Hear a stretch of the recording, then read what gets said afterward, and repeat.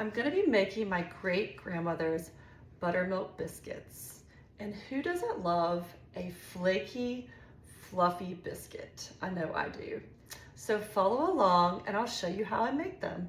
I'm gonna start off by measuring all my dry ingredients. So I'm gonna put some flour, and to that I'm gonna add my baking soda, baking powder, and my salt. I'm just gonna mix that all together.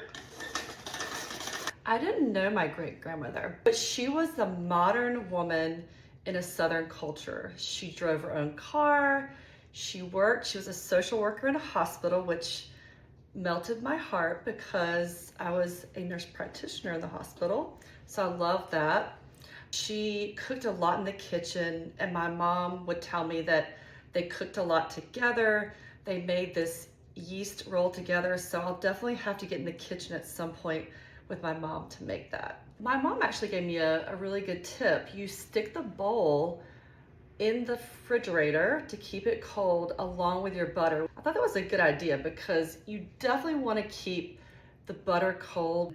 Butter has water in it, so that cold butter hits the oven, it's going to create steam, and that is going to give you a very fluffy biscuit.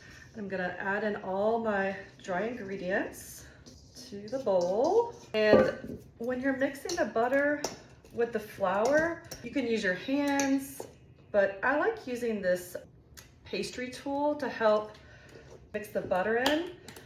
And you want to incorporate it into the flour, and you want it to be like a pea size. Growing up in the South, I've had many biscuits. And I have to say, my favorite is just the biscuit that has all those nice flaky layers. But I'm always in search of a really good place to have biscuits. So if you have a good place that you've had a biscuit, let me know. I'd love to try it out. And I'm going to add our buttermilk. That has to be cold too. You're adding the buttermilk to the flour, and you want the dough to be shaggy. You don't want to keep adding more buttermilk to your biscuit because more liquid's going to make your biscuit tough too. So you think there's like not enough liquid, but when you start to put it together, you'll be surprised that it's enough. So once you get in a rectangular shape, what's going to create all those nice flaky layers is called laminating your dough. So you're basically going to take, I like using this bench scraper. So I take it and I imagine this is like a piece of paper. You want to fold it into like a letter. So you take the top of your dough and you're going to fold it over like this. And then you take the other half, the bottom, you're basically going to fold it on top of it like that. And then you're just going to do the same process. You're going to roll it out again. And I like to fold it about 2 or 3 times. So that was my last fold. And then I'm going to cut them out. And I also realized I completely forgot to put the chives in. I think I was so focused on getting the lamination down right and having all those nice flaky layers. But I'm going to make a compound butter, and that will have chives. And I like my biscuits about 1.5 inches thick.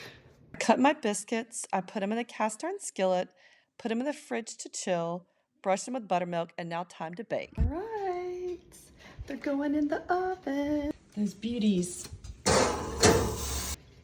Look at those flaky layers. Whoop. Nice. A little bit of our compound butter. Let's try this.